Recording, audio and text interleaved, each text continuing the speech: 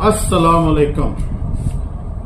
गर्मी बड़ी जबरदस्त पै रही है तो मेरा दिल करता पिया कि मैं जड़ा ना अज कोई छोटा जिहा एक तरबूज लिया के ते खावां। अंब खा खा के जड़ा ना वैसे ही परेशान होए हैं ते इहनूं कट्टने आ ते देखने आ इहदे विचों किन्ने कट्टा। बिस्मिल्लाह।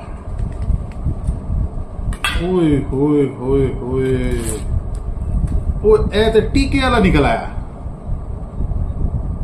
ये तो पीले रंग का निकल आया। ये की हो गया? ते गल है भी जनाब कि तरबूज जिहड़ा ना वो पीले रंग का भी पाया जाता है और यह बड़ा मिठा होंदा है। ते यह मैं इस करके लिआंदा सी कि मैं ताकि जिहड़े दोस्त समझते हैं कि तरबूज नूं टीका ला के